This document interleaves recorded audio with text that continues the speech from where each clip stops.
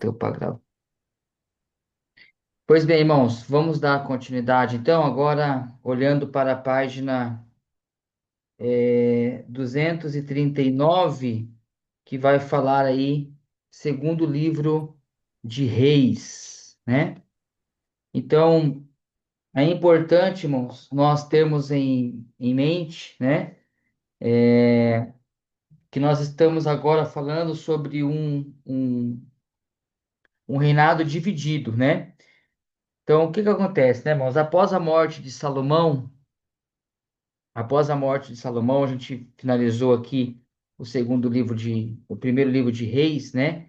Falando aí sobre essas questões, né? Muito importante. E o que acontece então, né? O povo agora está dividido, né? O reino é dividido. Após a morte de Salomão, os irmãos conhecem a história, o seu filho começa então a liderar no seu lugar. E ele começa a tratar o povo de uma forma muito dura, né? Os irmãos lembram daquela fala, né? Daquele versículo que o povo vai aconselhar Salomão, né? Os mais experientes vão aconselhar o filho de Salomão, melhor dizendo, né? Roboão, e ele, então, em vez de ficar com o conselho dos, dos anciões da casa de Salomão, ele vai buscar conselho, então, com os jovens amigos, né? E os jovens amigos orienta a Roboão fazer o quê? Não, você precisa colocar esse povo na linha, né? Então, Roboão chega, e traz uma fala muito dura para a nação, né? Falou assim, olha, se vocês achavam que meu pai era pesado, que meu pai era duro, vocês não experimentaram nem o dedinho meu ainda, né? Então, assim, ele traz uma proposta de um governo ainda mais duro do que o governo de Salomão, né? E vale também ressaltar aqui, irmãos, lembrar que Salomão, durante a construção do templo, né? Conta-se os historiadores que ele se tornou muito pesado para o povo, né? Por conta dessa construção do templo de Salomão, diferente de Davi, né? Que Davi ele era um homem, a própria fala de Davi, né? Quando ele fala assim, não darei nada ao Senhor que não me custe que não me custe, né? Então, Davi tinha essa preocupação de não só orientar o povo a trazer a oferta, mas também era um grande ofertante. Então, no tempo de Davi, por exemplo, ele pede para que o povo pare de trazer as ofertas, porque não tinha mais aonde colocar tanto ouro, prata, bronze, né? De tanta oferta que estava sendo recebida. Agora, já no reinado de Salomão, a gente vê Salomão sendo pesado para o povo, né? Então, quando Salomão morre, e o seu filho então assume no seu lugar, ele traz ainda uma proposta de um reinado ainda mais pesado, mais rígido, mais duro, né? Não só na questão de arrecadações, de oferta, mas em toda a forma de governar. Então, o que acontece? Nesse momento, o povo se divide, né? A nação se divide. Como eu coloquei aí na lousa, né? Não sei se os irmãos estão conseguindo ver, né? Então, divide-se então a nação em duas, né? O reino de Israel, né? Ó, o reino de Israel, tido como norte, e o reino de Judá ao sul, né? O reino de Israel, com a capital Samaria, aonde ficou 10 tribos, e eles foram sobre inicialmente a liderança de Jeroboão. Então eles sobem para o norte, né? Ficam no norte com as 10 tribos nessa divisão, tendo como capital Samaria, né? E nós temos aí a outra divisão, que é o reino de Judá, né? Que fica ao sul, então onde tem a capital continuou sendo Jerusalém, né? Sobre então inicialmente a liderança aí do filho de Salomão. Isso se dá no ano de 930 antes de Cristo, após a morte de Salomão, né? É nesse contexto que nós temos aí o início da grande rivalidade entre samaritanos, né, e judeus, né? Entre samaritanos e o povo de Jerusalém. Então, é nesse momento que nasce essa grande rivalidade, não é? A qual os samaritanos, então, não se davam com o povo de Deus. Por conta dessa divisão, nesse momento, então, começa essa grande rivalidade. Então, o reinado de Judá, o reino do sul, né? Judá como capital ali Jerusalém, eles mantiveram então o culto. Então os irmãos vão lembrar, continuou ali como capital Jerusalém, aonde ficou centralizado o culto, né, do Senhor ali. Então o que acontece, né, irmãos? Debaixo de todo esse contexto, toda essa história, a gente começa então a entender algumas questões, né? Lembra para aquela quando Jesus vai ter com aquela mulher, né? E ela então pergunta para Jesus: aonde devemos adorar? Aqui em Jerusalém, né? Ou lá em Samaria, né? Então, é em Samaria ou em Jerusalém? Qual o lugar onde deve se adorar? Aí o Senhor diz para ela, né? Nem aqui nem lá, né? Porque o Senhor está em busca dos verdadeiros adoradores. Então, é, essa fala dessa mulher traz o retrato de uma nação aí dividida, né? Traz o retrato dessa nação dividida. Então, é sobre esse contexto, é nesse momento que nasce então essa grande rivalidade do povo samaritano, né? Conhecido aí como é, o inimigo do povo de Deus. Então a gente vê aonde nasceu tudo isso, né? Nasceu após a morte de Salomão, quando o seu filho então vem para reinar uma proposta muito dura, muito firme. O povo então não aguenta, divide o reino então é dividido, reino norte e reino sul. Reino norte, né, conhecido como Reino de Israel, onde a capital é Samaria, e o reino sul o reino de Judá, onde a capital então ficou ali mesmo em Jerusalém. Tudo isso deu esse início ao ano de 930 a.C. Tudo bem, queridos? Amém? Então nós não podemos passar, né, pelos livros desses dois livros, né, entrar no livro de Crônicas ou ver essa matéria sem ter isso aí muito certo na nossa mente, tá bom? Né? Então, anotem aí e vamos para a segundo livro de Reis.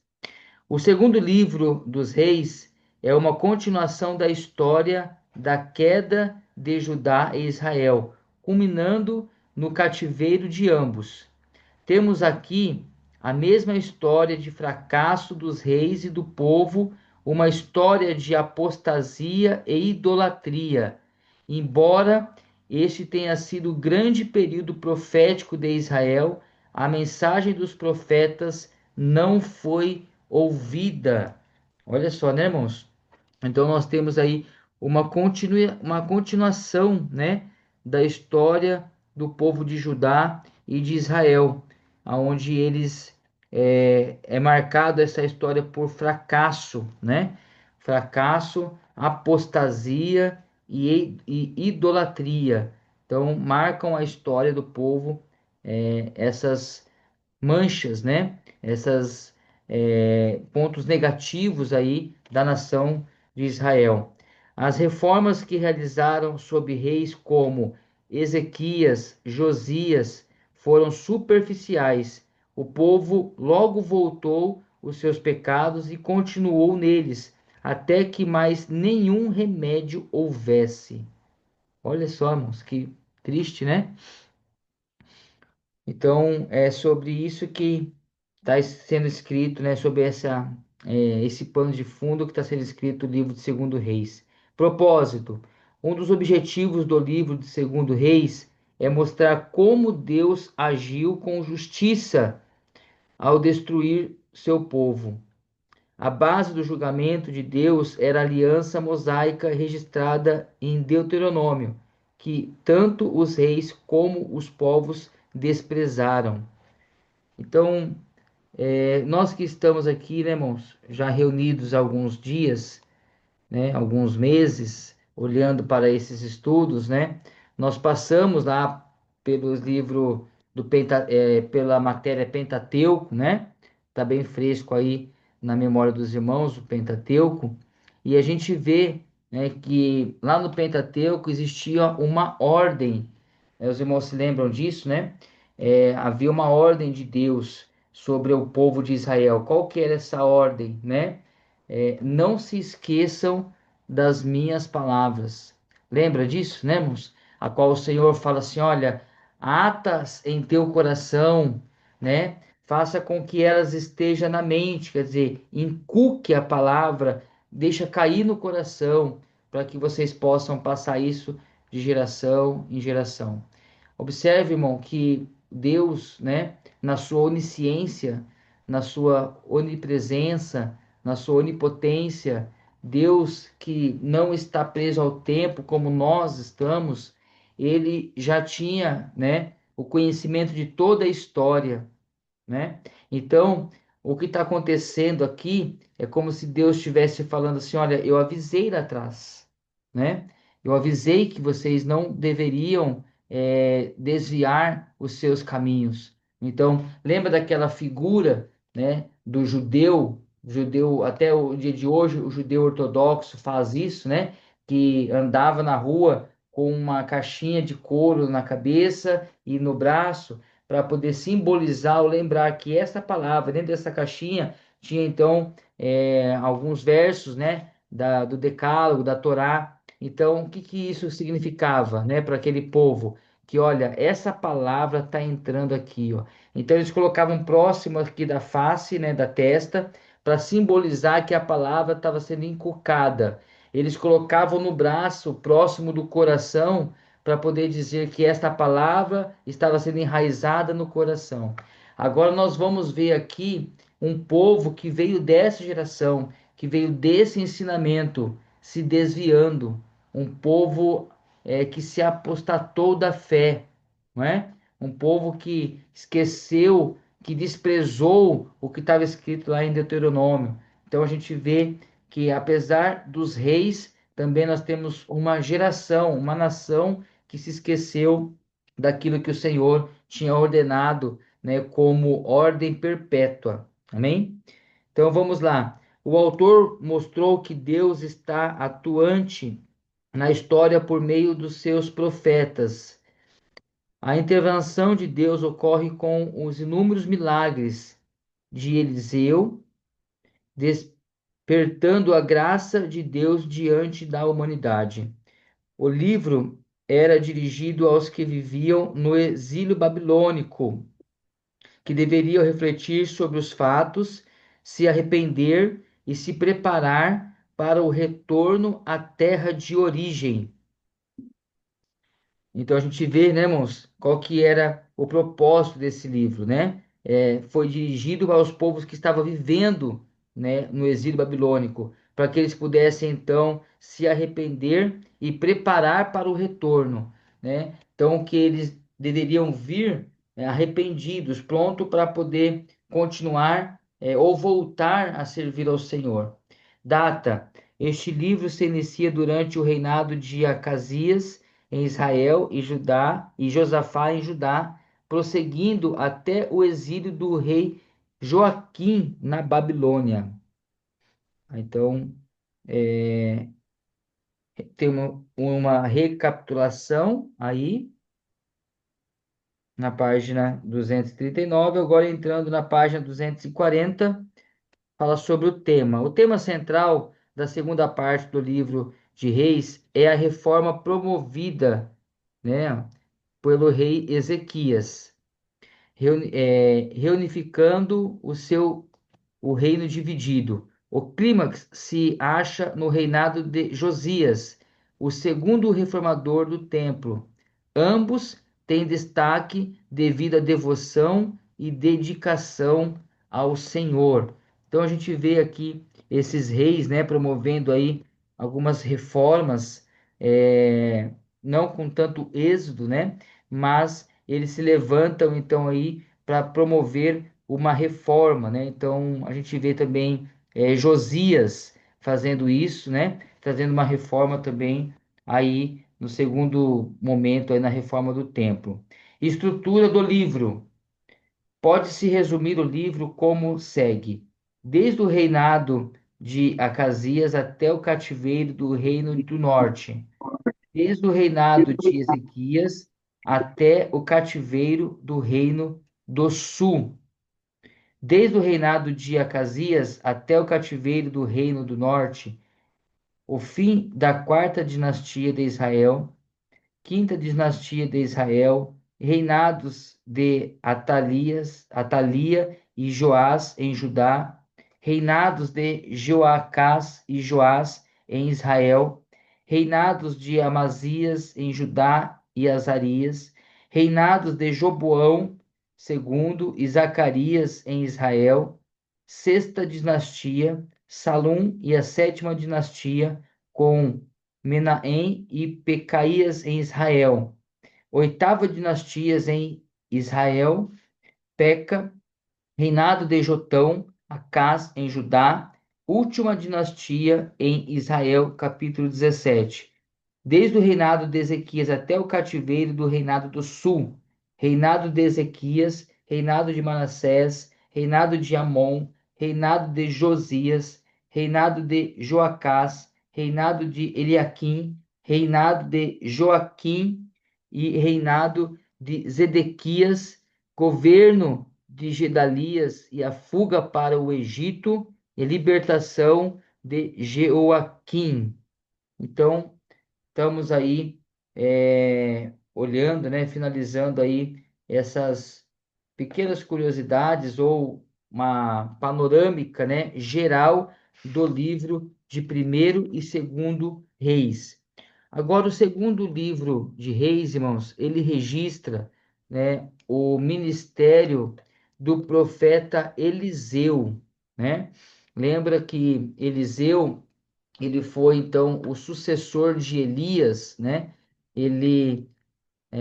Os irmãos se lembram que Elias, né, quando chega para Eliseu, lá no final do livro, né? Do Primeira Reis, quando a gente vê, então, Elias chegando para convidar Eliseu para caminhar com ele, e a gente vê ali uma história linda, né? Iniciando uma grande história, uma linda história, aonde Eliseu, então, ele não nega o chamado, ele pega, então, para seguir o profeta Elias, e a Bíblia, irmãos, relata que ele deixa tudo, né? Ele pega a sua carroça, está registrado isso aqui nos livros, né? Depois os irmãos leem. Ele pega a sua carroça, ele desfaz a carroça. A Bíblia diz que ele, com a madeira da carroça, ele faz um churrasco, ali um fogo, ele queima então ali, né? Começa então um fogo, né? Realmente um churrasco, né? E ele pega ali os seus animais, ele encerra o ciclo ali e ele começa então um novo ciclo de servir ao Senhor aos pés de Elias, né? Então, Eliseu, quando ele recebe o chamado, ele deixa tudo. Ele deixa os seus cavalos, sua carroça, ele queima, né, a sua carroça ali, marcando o final de um período e o início agora de uma nova jornada com Deus, junto com o profeta Elias, que estava, né, já pronto para partir. Então, Eliseu, ele começa a caminhar então com Elias e ele assiste então naquele momento a qual Elias é levado aos céus num redemoinho, né? Então, naquele momento a qual ele está ali seguindo Elias, os irmãos conhecem a história, né? Se não conhecer, leem, que vocês estão estudando sobre isso, precisa ler, né? Então, naquele momento, Elias pede para que ele fique, né? E ele não fica, ele insiste em caminhar com Elias, e ele vai até o momento que ele não poderia ir mais, e ali o profeta então pede para que ele permite que ele faça um pedido, né? E ele então faz um pedido ali, a qual ele queria ser o sucessor de Elias, e fazer, né, o dobro do que Elias fez, né, realizar os milagres de uma forma dobrada sobre o que o Senhor fez, a graça que Deus repousou sobre Elias, que viesse de uma forma dobrada sobre a vida dele, sobre Eliseu, né? Então, a gente vê que o Senhor proporciona isso para o profeta, né? Aquele profeta então assiste esse momento e ele ali então pega a capa do rei, né? A capa do profeta, a capa do profeta Elias. Então agora Eliseu toma posse, pega, então inicia o ministério. Então esse sucessor de Elias, chamado Eliseu, ele realiza milagres poderosos, né? Ele purifica a água, multiplica azeite, ressuscita um menino, cura Naamã da lepra, ajuda nas guerras contra os inimigos, e a sua vida é marcada, então, o seu ministério destaca o cuidado que Deus teve para com ele, com o seu povo e a importância da fé, né? Então, apesar de sinais claros do poder divino, muitos ainda rejeitaram seguir ao Senhor. Então, esse livro de Segunda Reis, ele marca aqui então o grande ministério do profeta Eliseu, que foi um homem usado por Deus, um homem que o Senhor ali marcou a história, né, de um povo que estava vindo de apostasia, de idolatria. Então o Senhor levanta outro sucessor, né, ou outro profeta no lugar de Eliseu, para dar continuidade naquilo que o Senhor tinha então a realizar através desses profetas na vida do povo, né, mostrando que o Senhor estava cuidando do povo, mostrando que o Senhor não perdeu o controle da história. Então, quando a gente olha para esses fatos, né, quando a gente vê um reinado dividido, agora dando início a grandes rivalidades, agora a gente vê ali iniciando uma nova etapa da história do povo de Israel, que vem se até a época de Jesus, né? Então, a gente vê que os resultados disso, irmãos, foram longos anos, não se dão só nesses 400 anos, né? Mas o resultado disso se pendura a gerações futuras, às décadas, né? Aos séculos futuros, aonde nós vamos ver aí quando então Jesus, né, entra na história, já nos evangelhos, o Senhor quebrando todos esses tabus, quebrando todas essas rivalidades, né, mostrando que ele veio tanto para judeu quanto para gentil,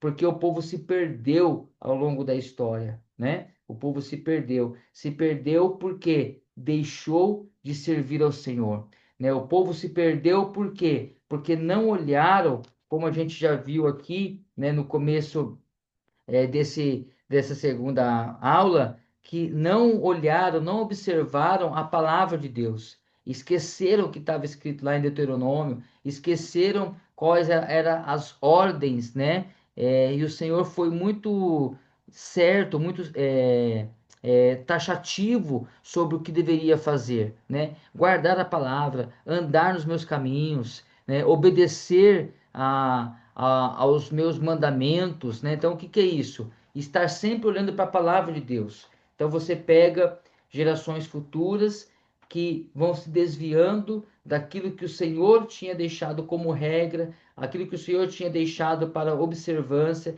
Então, nasce filhos, agora, né, eles já não estão mais com todo esse cuidado que o judeu tinha lá atrás, porque agora também já tinha uma mistificação de povos aqui, né? Então a gente vê que tudo vai bagunçando. E o que acontece, irmãos? A religião também se perde, né? Ou o Deus único, soberano, vai sendo deixado de lado. Então o Senhor, ele traz essas punições, ele permite que essas coisas aconteçam, então levanta homens para poder então restabelecer ou trazer uma reforma, né? Trazer aí um chamado para que o povo pudesse se arrepender e voltar então a servir a Ele e dar continuidade àquilo que o Senhor tinha como propósito, e tem até hoje, né, como propósito, que é um povo escolhido, que obedeça e que ande nos seus caminhos. Assim como Eliseu, né, irmãos, que fez tantos feitos, né? Assim como Eliseu, que operou tantos milagres, nós vemos também, infelizmente, nos dias de hoje, coisas muito parecidas acontecendo, né? O Senhor continua operando milagres, o Senhor continua fazendo coisas extraordinárias e o povo continua com dificuldade de servir ao Senhor, né? O povo continua trocando o Senhor. Eu eu tenho um olhar pastoral, né? E, e esse olhar pastoral, ele traz uma certa preocupação, né? Não vou falar o que está acontecendo aí na sua igreja, vou falar o que acontece aqui na nossa igreja, né? O que acontece com a gente. Às vezes a gente vê famílias que dificultam os filhos estar na igreja, né? A gente vê, irmão, às vezes a briga não é com as crianças, mas é com os pais das crianças, né? Que não traz os seus filhos nos ensaios, nas coisas da igreja. A gente vê famílias que trocam o culto, trocam as coisas do Senhor por outras coisas. Não vou falar coisas menores, maiores, porque não existe coisa melhor do que estar na presença de Deus, não é? Mas o que acontece? O povo deixa de priorizar, né? Deixa de priorizar. Esses dias meus filhos estavam lembrando, falou assim, o pai não poupa a gente nem no dia do nosso aniversário, né? Esse povo falta da igreja por qualquer coisa. Era dia de aniversário nosso, nós ia comer lanche depois do culto, né? E eu falei, graças a Deus, vocês não aprenderam, né? Hoje vocês estão lá, né? Faça sol, faça chuva, vocês estão lá, aprenderam da forma certa. Então, tende-se esse grande perigo, né, irmãos? Eu sempre falo isso nos nossos cultos, né? Eu temo isso, né? Porque se o filho vê um pai servindo a Deus mais ou menos, né? Então, qual é a referência que ele tem de cristianismo, né? Qual é a referência que ele tem de servir ao Senhor? Então, isso é um grande perigo, né? E esse povo, eles estavam vivendo ou colhendo esses frutos, né? Um fruto de, não precisa ser tão radical, não precisa ensinar, isso aqui pode, não tem problema isso, não tem problema aquilo, não é? Então, é uma geração que está vindo, que veio assistindo os filhos de Eli, por exemplo, tratando com escárnio as coisas sagradas, né? A gente vê aqui amigos dos filhos do filho de Salomão trazendo conselhos que não agradam ao Senhor. Então, tudo isso são resultado de um povo que já não olhava mais para a palavra de Deus, né? Já não olhava mais para o Deus da palavra, mas estavam perdidos nas suas próprias forças, nos seus próprios feitos. Amém, queridos? Então, é isso que nós temos muitas lições, né, para tirar desses dois livros aqui, de Primeiro e Segundo Reis. Hoje, nós temos, então, um, o início de um trabalho, tá? Foi dado aí pelo nosso Instituto Bíblico, né?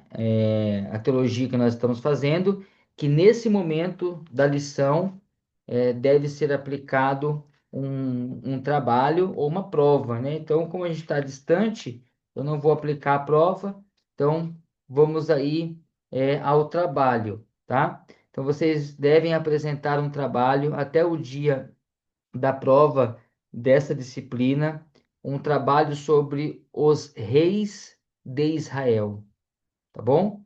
Tanto do reinado sul, né? Quanto o reinado norte Israel, sul Judá. Então, nós vamos finalizar a aula hoje com essa boa notícia, tá bom?